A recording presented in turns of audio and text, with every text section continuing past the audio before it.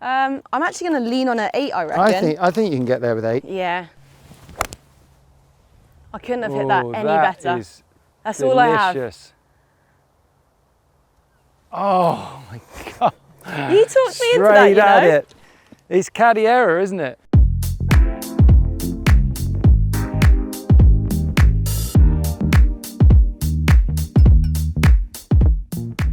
Welcome to another episode of On the Course With, and today I'm absolutely delighted to be joined by this man, Tim Henman. You are obsessed with golf, aren't you? What a day we're going to have. I am, yeah, I'm at the addiction stage, so no, it's great to be here. Thanks for having me. We've both made our bad back excuses, so here we go. Always important to get the excuses in early. I can't wait. Yeah. So Tim, you know this golf course quite well. I think you've got some relatives? Yes, that is true. I should know the course better than I do. So my grandfather was a member here, and I remember sort of coming to caddy here, trying to earn a bit of extra pocket money when I was like 8 or 9. And then I think my uncle's still a member. So over the years, I've played it. So yeah, par 5, dog leg, left to right. You've teed yourself up as a caddy, so I'm aiming this at that lone tree maybe in the distance. Exactly, I think so. I mean, it's quite an intimidating start. I'll give you that. It's asking for a fade all day long, and I've pull hooked a couple earlier today in our warm-up holes. This is where the competition starts. Bring it on, Tim. Yeah, play well. I bet you're not that competitive. Oh, it's faded back. Thank goodness for that. You can have it again if you like. No, that is just fine. Your turn. I think it's right down the middle. Good shot. Thank you. Oh, what a shot. What a start. Friendly, eh? I mean, slightly disappointing that might be my best shot of the day. Should we just go back for a pint now? Yeah, just say, that's it. So Tim, it only feels appropriate to ask you how you started in playing golf anyway. Yeah, I was lucky that my parents and therefore my brothers and I, our family holidays were in Portugal growing up. The course at Valdelobo, there was very little development around it, and so, you know, in the evenings my brothers and I would always, you know, get out on the course when it was getting dark and start hitting shots. And my dad was a big hockey player. Hockey was really his sport, and so, you know, I played hockey as well, and it was all sort of pretty similar. So yeah, that's when I got the bug, and it was also, I should give a mention to Brian Evans. So Brian is father to Max and Tom Evans, who played rugby. At the time was based at San Lorenzo when San Lorenzo was just being built, and he always used to say, and he used to give me range tokens and said, come and hit balls on the range. So although I was, you know, I was playing a lot of tennis then, that's where I got the golf bug. Nice early memories, but I'd imagine when you started playing golf, it was all for fun, and then you're obviously naturally quite a competitive guy. Did you ever set goals back in the day, and how, if so, has it evolved through time? Well, no, I mean, look, I started playing tennis when I was 3, and at 6 I knew I wanted to play tennis. Wow. So golf was always, you know, very much in the background. I played, you know, football, rugby, cricket, hockey, squash, golf, tennis, you know, up until the age of 11. And then tennis really took over. And I always kept playing golf, but not very often.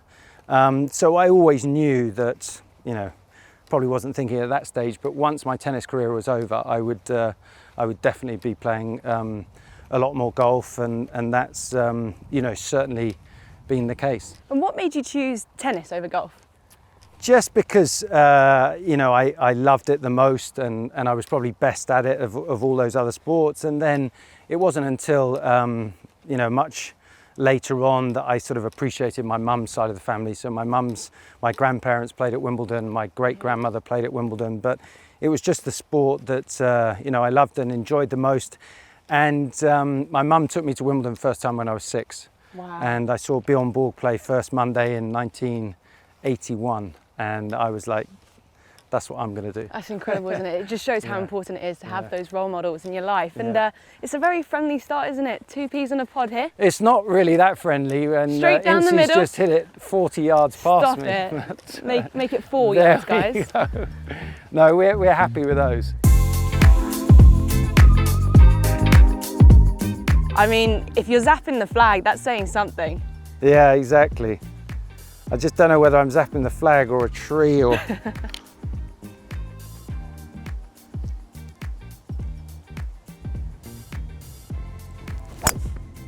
I love that. What a shot. That is incredible. I won't ask for it back. That shut me up. Great shot. This 3-wood would shoot, and I just think my hybrid's not enough. Choke down on the 3-wood a little bit. You got it. I think that's a shot.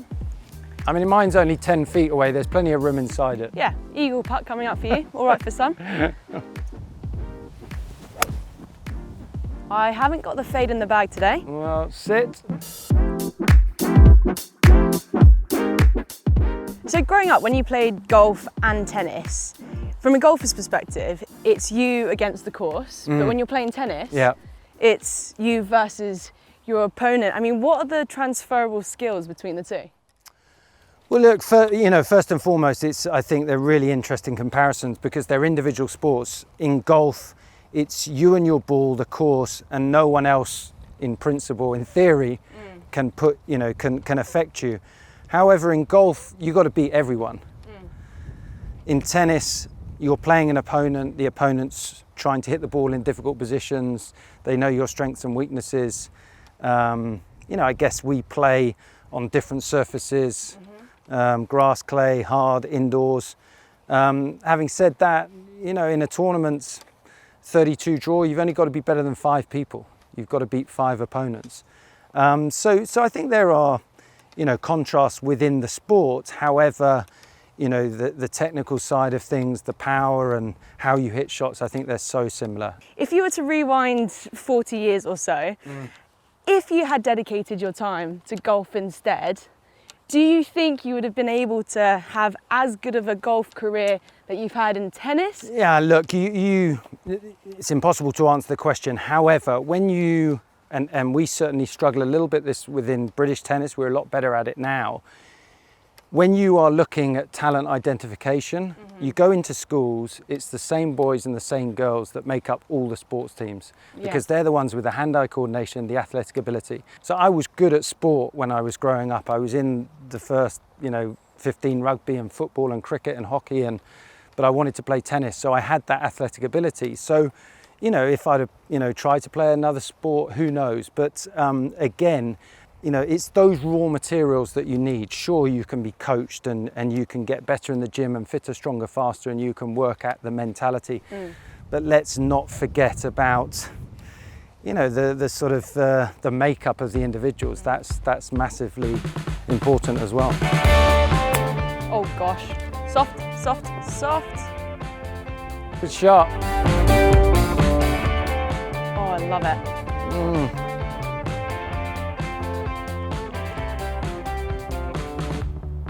Do it.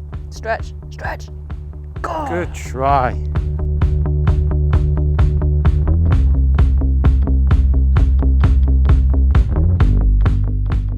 What sort of number do you have in your hand? I think I'm going to hit 7. I'm going to chip a 7 iron. Okay. Oh, wow. Tim, you are pure. What a shot. I'm actually going to lean on an 8, I reckon. I think you can get there with 8. Yeah. It's a good one, but... It's a big one for me, but I feel as though if I'm the one adrenaline. Down, you've got to play to win. Adrenaline, Right? you've got to start attacking, I think. Exactly. Just watch this plug in the face of the bunker shot. I couldn't have hit that any better. That's delicious. All I have. Oh my God. You talked me into that, Straight at it. It's caddy error, isn't it? Long or short, it's caddy error. I mean, you did your bit, you just chose the wrong bat. Listen to the wrong person. Damn. There we go. So obviously spending a lot of time playing tennis, but also playing golf. What are the similarities between the mindset, the challenges, the hurdles that come with, or maybe even the routines with both sports? Look, first and foremost, I think the reality in tennis and golf is you lose a lot. There's only one winner every week. To be able to deal with the adversity and, stay in the present and certainly learn from your losses, but you have to be able to move on. And I think that certainly at a young age is difficult, because everyone wants to win, everyone enjoys winning, but even if you're, you know, one of the very best in the world, you lose a lot. The ability to be able to stay in the present, you know, it's one shot at a time. If you just, you know, hit it in the bunker, rub it in. You've got to be able to, you know, you've got to be able to move on from it. And then if you've, you know, but if things are, you know, going very well, you can't stay in the past. You've got to focus on the next shot. And I think in golf, in some respects, you know, that's harder, because you've got more time to think. And also in golf, I think, with all due respect, you know, you make a 10 at the first, you're done. You fundamentally can't win. You've got 17 holes to go. That's hard. In tennis, you can play terribly for, you know, half an hour. You lose the first set 6-1. It's only a set. You can recover from that. Sometimes it can be easier when it's see ball, hit ball. You know, when it's coming quickly, you react, you don't think, you execute. That's better. Sometimes when you stand in golf and you're thinking, well, what club am I going to hit? Am I going to hit it high, low? Am I going to run it? And it's not easy. So I'm in the bunker, so I've got to take that attitude. The most important shot in golf is the next one. So I'll slam dunk this one into the hole. There you go, absolutely. And then Positive thinking. I'll match you with the birdie, yeah? Perfect, okay. Excellent.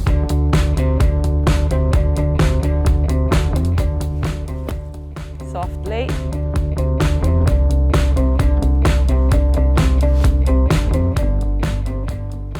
That is so quick. What a putt.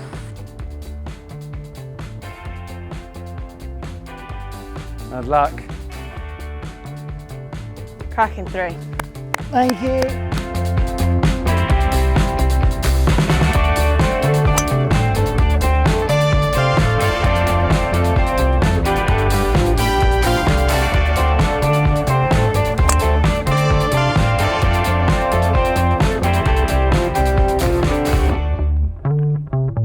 So Tim, everyone's environments are different, aren't they? It very much determines what their kind of pathways could look like. You've obviously experienced it and lived through it yourself, but you know, if there's parents, juniors watching, is there one formula? No, definitely not. And as you rightly point out, everybody's journey is different. And I think there are common themes, and obviously, you know, work ethic and you know, practicing and training and all those things. But you know, when I reflect on my journey, I was lucky because I had an opportunity. My parents gave me an opportunity to play tennis, and then David Lloyd was starting an academy when I was 11, and he was frustrated by the lack of success in British tennis, and he was opening all his indoor clubs around London. But you know, and I was good at 11 or 12. I was one of the best in the country. You know, I managed to convince my parents that, you know, I should leave school and play full-time tennis, because my dad was sort of a slightly frustrated sportsman, that he was good at lots of different sports, but when he left school at 18, his father said to him, you know, you got to get a real job. And I think my dad always slightly regretted that he didn't get the chance to play a sport. And so when he looked at me at 16, I think in the back of his mind, and certainly the advice that he gave to me was, you can always go back to education. You can never go back to being a youngster willing to learn their trade. You know, it takes longer for players to mature, certainly in tennis, and so therefore to keep that balance of education and sport, I think you can do it for a lot longer. And so I definitely think you know, to stay in school until you're, you know, 16, 17, 18 for sure. I think American university in tennis is a great option. You know, you've got amazing facilities, you're still learning from an educational point of view, but then you're playing a lot of matches. So you're going to lose a lot, but you've got to embrace that. You've got to think about the areas that you can improve on, surround yourself with good people, good values, and you know, enjoy it. I think that's important as well. I'd imagine to a certain extent, you know, the harder you work, the luckier you get, especially with the people around you, because they recognise it. You've obviously spent a little bit of time of mentoring as well. Emma Raducanu, who won the US Open in 21, I was just glued to the TV then. I heard somewhere that back in the day when you were playing, you didn't really read the papers, but now with social media, there's an intense presence almost, isn't there? What are the kind of cons and pros of that kind of intensity? So I, hopefully not too many people remember this, I got disqualified from Wimbledon in 1995. I accidentally hit a ball girl and I was playing doubles. We were 2-1 up, we were about to win. And we were disqualified. I was the first person in 120 years to be disqualified.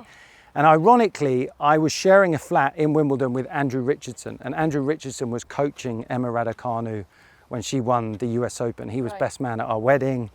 And the next morning, he went out and bought all the newspapers after I'd been disqualified. And so over breakfast, we sort of, sat there and read everything. And I remember the back page of the Sun, the headline was, he hit it so hard it could have killed her, which was just absolute garbage. And I just remember thinking to myself two things. I thought, I better have some decent results in tennis because otherwise I'm going to be remembered as this first person to be disqualified. And secondly, I said, I'll never read the newspapers again. But if you are reading everything that's been said and what you're saying about me and what he's saying about me and what she's saying about me, that's just going to create more noise, potentially more doubt. And so, when I played at Wimbledon, I think I did a good job of controlling the controllables. I knew that the controllables were my preparation and my performance. Everything else, whether it was the media, what's been said in the papers, on television or the radio, I couldn't control it. So I wasn't going to worry about it. The weather, I can't control it, so why am I going to worry about it? And now we live in a very different world, and with social media, I think it is hard. I understand, responsibilities to sponsors and whatever it may be, but at the end of the day, I think it's where you've got to be really committed to what you believe in, and that's where I think the support team around you to make sure that you do have, help and to make sure that you can really focus on the important things. So. It's not an easy environment out there, but it's one that it goes with the territory. Yeah, forget the papers, watch YouTube instead and subscribe to this series and enjoy it. Exactly. Because this is the one. What a shot, even better. They're gonna get there. And release. Work around it. Nicely played. Just a waft. You can have that, solid par. Good luck.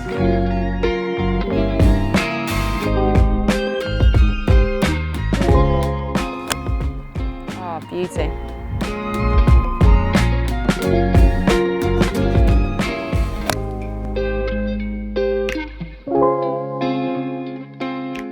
So obviously for you, Tim Henman Foundation is a big part of your life, and that's actually helping many kids with their mental but physical health as well. Yeah, that's right. So my foundation in a nutshell provides educational and sporting opportunities for disadvantaged young people.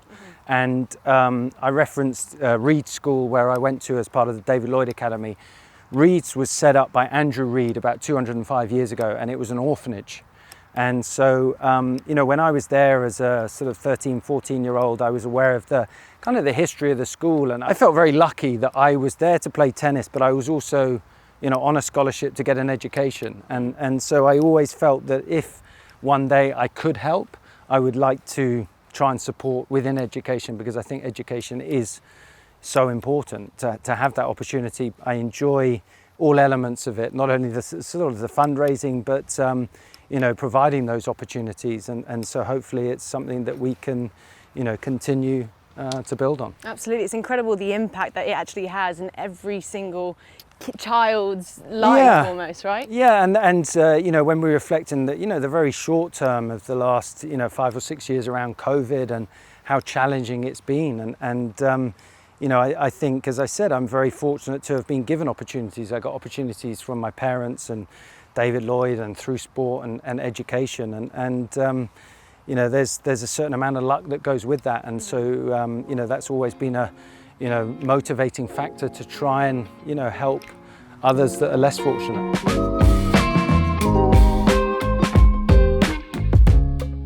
There we go. What have we, 157? 157, I'm going to lean on an 8 iron. Okay. That is a quality strike. Be good. What a strike, what a sound, what a shot. So Tim, I know you're self-taught and you've never had a fitting before. I can't believe it, until recently. Yeah, absolutely. I was very lucky and very much enjoyed going to Chessington to, Callaway's, fitting area and whacking a few balls, and it was just absolutely amazing to see all the different, types of irons and woods, and it was a lot of fun. But what I've ended up with, I am so chuffed with. It's, the CB irons. I feel like I've just fallen into them so quickly, and I went back for a second go with the putting as well, and the cruiser has been just absolutely amazing. So I was like a kid in a sweet shop. I really was. Yeah, I mean, you've got incredible touch and feel being the athlete that you are, but when you are having a fitting, yeah, how exciting was it to experiment with the different head and shaft combinations? Yeah, I mean, it was almost overexciting because it's quite easy to stand there and start smashing it as hard as you can. I felt like the irons, I mean, within 4 or 5 shots, I think I knew what I liked the look of and the way they set up, the way they felt. This shaft that I've got is a little bit softer, a little bit lighter than the one that I had before that I'd never, had a fitting for. And then the woods I did actually in 2 phases, purely by chance. I did a fitting with the 3 and the 5 wood on a range, and ended up with the Paradigms. And so it's just been brilliant. Well, the proof's in the pudding. Your iron play today has been phenomenal. Thank you. You've got the CB irons as well, which is the middle range ones. You've got the MBs, which are a bit more bladier, but these are working like a treat. I think those blades, when you look down them, I feel like I need a little bit of help. You can spread your butter with, on the toast with those ones. But exactly. You need to get yourself some new Opus wedges. That's coming up next. They're out now. That's what I've been reading about. So I'll definitely be sending a few grovelling emails. Well, let's chip this one in. I'm going to roll this one. Okay.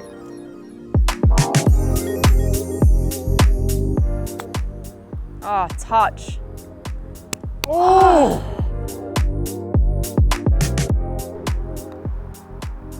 Do it. Go! Oh! Cabbage. Great putt, great putt. What a putt. Tim. Thanks, Inci. Thank you so much. Great fun. It was an absolute pleasure. I think we all learned a thing or two. Thanks for having me. Do you fancy playing a few more holes? Yeah, definitely. Let's do it. Okay. Okay. The weather's good enough.